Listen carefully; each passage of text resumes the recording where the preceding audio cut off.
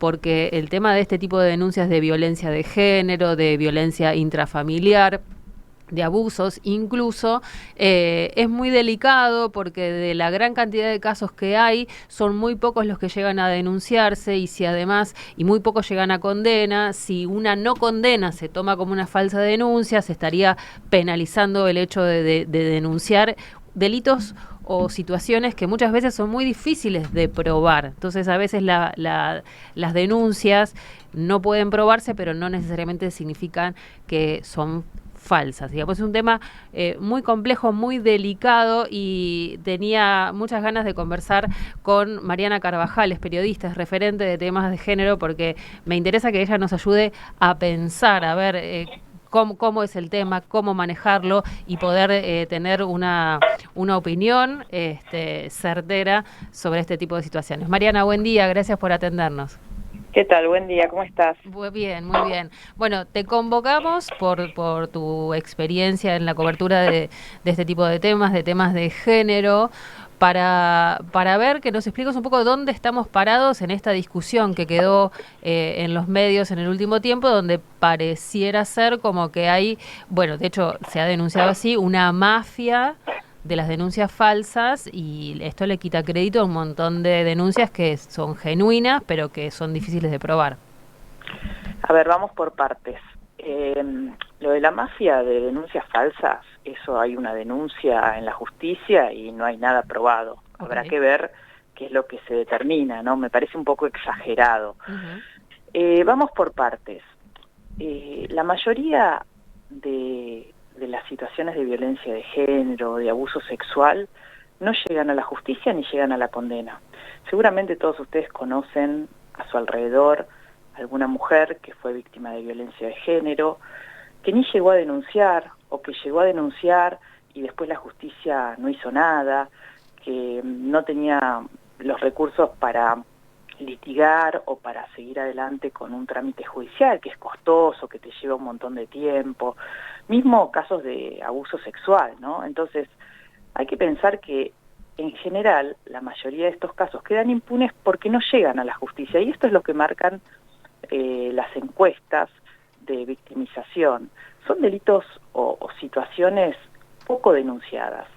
Ahora, como vos bien decís, hay denuncias falsas y puede haber denuncias falsas, pero son mínimas y esto también lo marcan las investigaciones que se han hecho en relación a esto.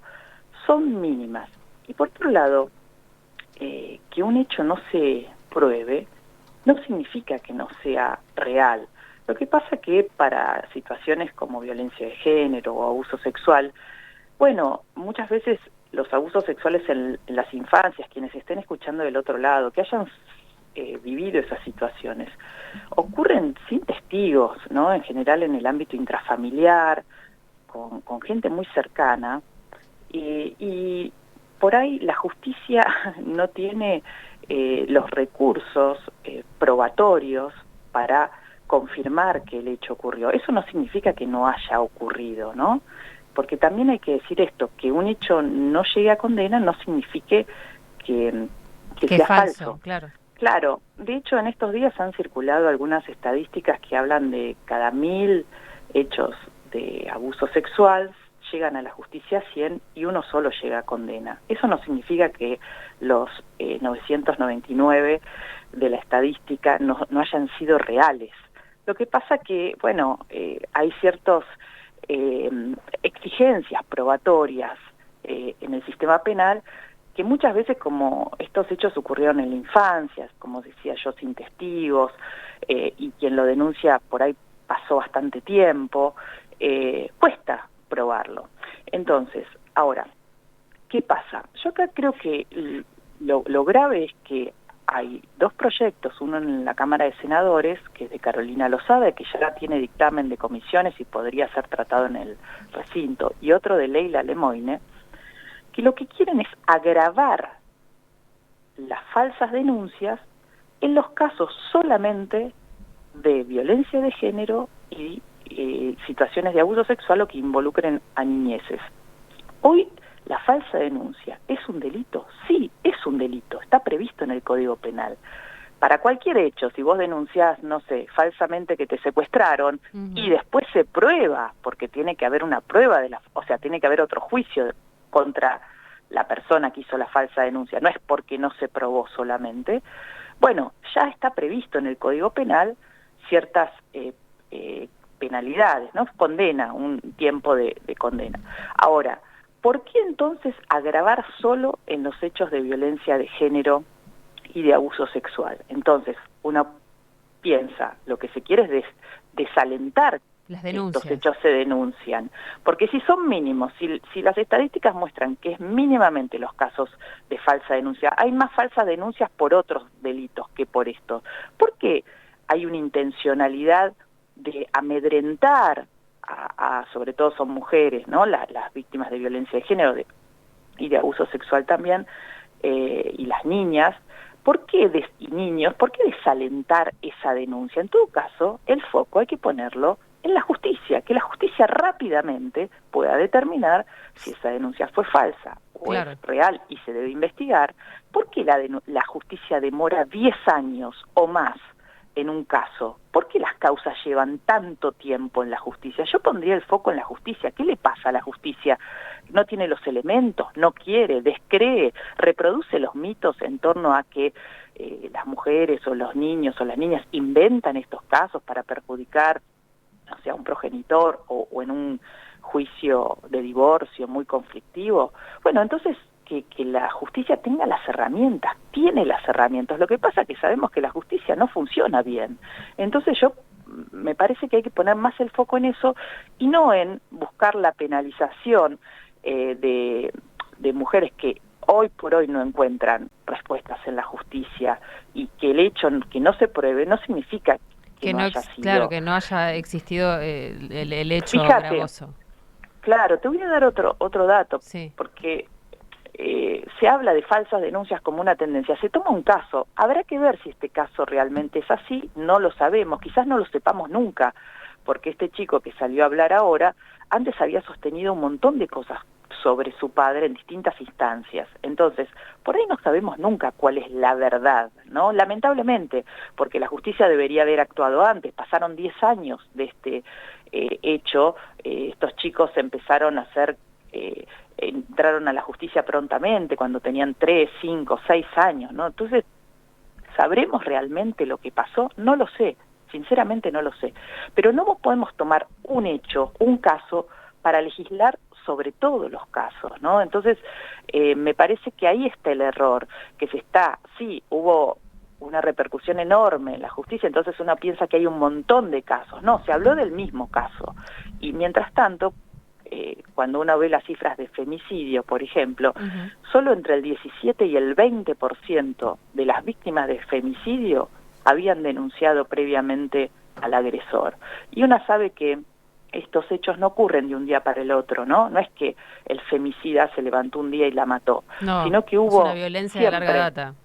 Claro, hubo otras señales, hubo maltrato por ahí psicológico, hubo algún golpe, hubo otros durante un tiempo, y el femicidio es el punto final de toda esa espiral de violencia. Entonces, si solo un 20%, un 17% de las mujeres víctimas de violencia habían ido a denunciar, imagínense los casos que están silenciados, que no llegan, y todos esos no están todos los días en los medios con entrevistas a las familiares de las víctimas de femicidio. Imagínense que todos los días tuvieras en Instagram, abrieras y escucharas por día hay una víctima de femicidio, cada 2, 3 días hay una víctima de femicidio, sus familiares diciendo: ella no pudo denunciar, no pudo contar, nosotros sabíamos que era víctima de violencia, el marido la maltrataba, la pareja.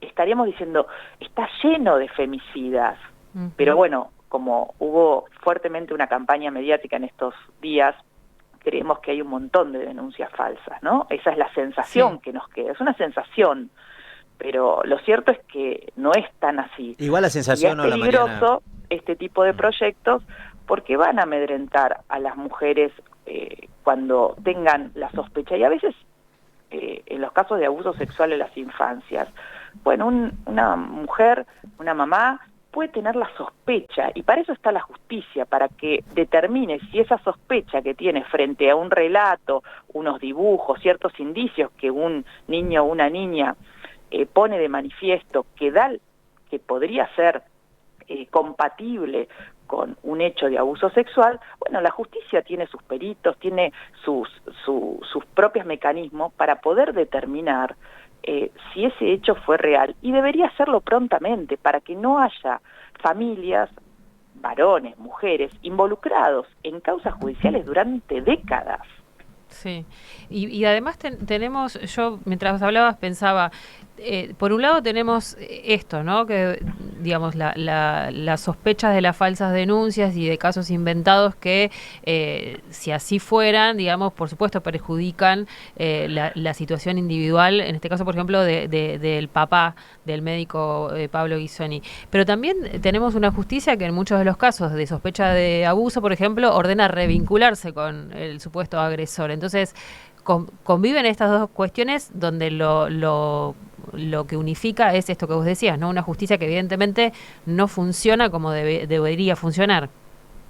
Mira, y te digo una cosa, porque una cosa es que uno invente con malicia, ¿no?, para perjudicar, y otra cosa es que vos tengas la sospecha o creas que haya ocurrido un hecho, y no es que lo denunciás por malicia o por perjudicar, sino porque tenés digo, en estos casos que son muy difíciles, no es que me robaron la billetera, ¿no? Sí. Y tengo la billetera o no la tengo, a lo sumo la perdí, pero pienso que me la robaron, ¿no? Pero estamos hablando de delitos de abuso sexual en las infancias, cuando se trata de niñeces que no tienen todas las herramientas para poner en palabras como un adulto lo que les pasó.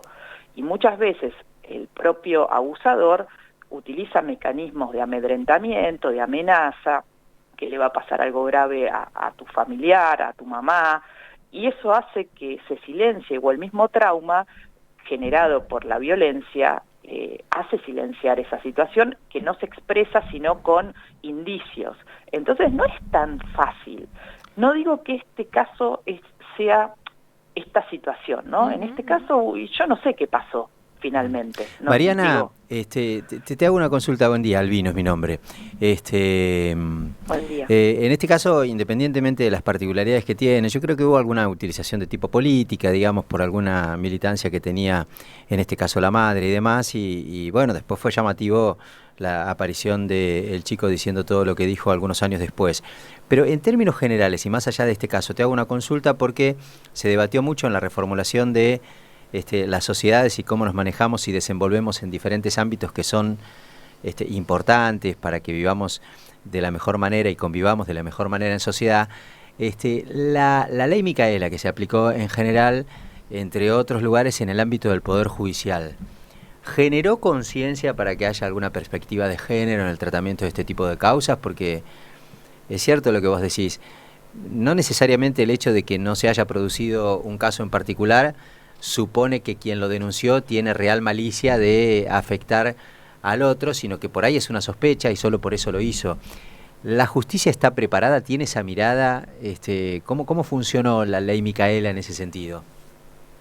Mira, la ley Micaela es una herramienta de excelencia para empezar a cambiar esas cabezas. No todos los jueces y juezas y operadores de la justicia han hecho esta capacitación, y debería profundizarse, pero sí creo que han habido muchos avances. En un montón, hay protocolos de actuación, desde, por ejemplo, la Procuración, la UFEM, que es la Unidad Especializada de la Procuración General de la Nación sobre Violencia de Género. Hay un montón de materiales que podrían aplicarse, pero sabemos que hay muchas resistencias, ¿no? Lo vemos claramente en fallos donde todavía se siguen aplicando, no sé, los mitos que sostienen que las mujeres mienten o que inventan, o eso lo vemos con claridad. Y también vemos que hay una justicia sobrepasada, que hay una justicia machirula. Ahora, yo creo que sí que se ha avanzado, que han sido herramientas muy importantes para tomar conciencia de la desigualdad. Cuando uno dice yo te creo hermano, porque eso también fue una frase que se vapuleó mucho en estos días en torno a esto. El yo te creo hermana no es que solo con la palabra de quien denuncia, en este caso una mujer, la justicia tiene que condenar. Sino el yo te creo hermana viene a emparejar una situación histórica en la justicia que era que no se les creía a las mujeres. Claro. Entonces, el yo te creo hermana es como poner en términos de igualdad con cualquier persona que vaya a denunciar. Después la justicia tiene que tomar indicios, pruebas, testigos. Ese es el trabajo de la justicia, como en cualquier hecho, Entonces, no es que el yo te creo hermana no va más. El yo te creo hermana vino a emparejar la cancha, que estaba inclinada para un lado, en perjuicio en general de las mujeres que iban a denunciar estos hechos. Históricamente, miren, yo tengo más de 30 años siguiendo estos casos en el periodismo. ¿Qué pasaba antes? Las causas se archivaban, directamente se archivaban. Si ustedes hacen un poco de archivo, yo escribí sobre esto hace 20 años, hace 15 años. La tendencia era que las denuncias de violencia de género, de abuso sexual, se archivaban porque no había una conciencia de que eran hechos que existían, que se podían probar.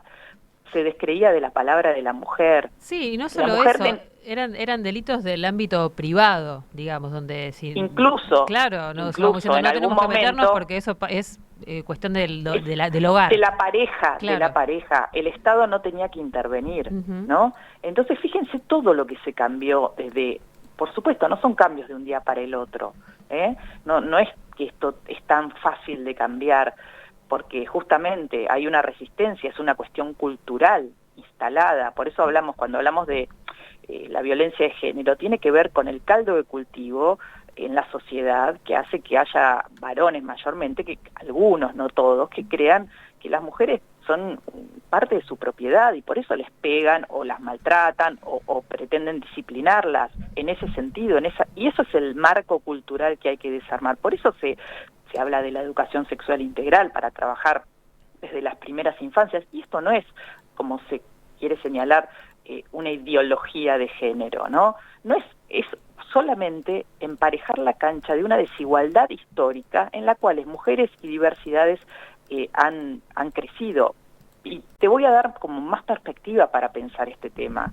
Las mujeres no teníamos derecho a votar hasta hace 70 y pocos años. No teníamos derecho, se nos consideraba que éramos inferiores y entonces no teníamos derechos políticos. Antes, las mujeres no podíamos ingresar a las universidades porque éramos mujeres y las que ingresaban, las primeras que fueron médicas, no podían después ejercer en un consultorio porque eran mujeres. Y así una puede seguir contando una y otra situación que eran cuestiones culturales, no había ningún basamento de otro tipo. Hasta en el Código Civil, el primer Código Civil de Vélez Sarsfield, las mujeres pasaban de la potestad de su padre, o sea, de estar bajo al marido. Al marido, no podían tomar ciertas decisiones como un contrato bueno, la patria potestad fue compartida recién a partir de la recuperación de la democracia. Nosotras llevábamos los embarazos, paríamos y no podíamos decidir sobre nuestros hijos. O sea, todo esto estaba en las leyes también. Entonces, hubo que desarmar toda esta trama y estas cuestiones quedan arraigadas culturalmente. Seguro. Entonces, Mariana, todo esto es lo que hay que transformar. ¿Se ha transformado algo? Digo, como pregunta que decían ahí, sí, se ha transformado, un montón se ha transformado. Lo que pasa es que estamos en un contexto de muchos retrocesos y de ataque a esta tendencia y de ataque a esta política de poder desarmar esa desigualdad histórica. Eso es lo que está pasando ahora. Mariana, se nos acaba el tiempo, nos sacan del aire, pero te quería agradecer, un placer escucharte, que nos ayudes a pensar un poco en esto que estaba pasando. Gracias. Un abrazo, hasta pronto. Un beso. Bueno, Mariana Carvajal, referente de periodistas de género.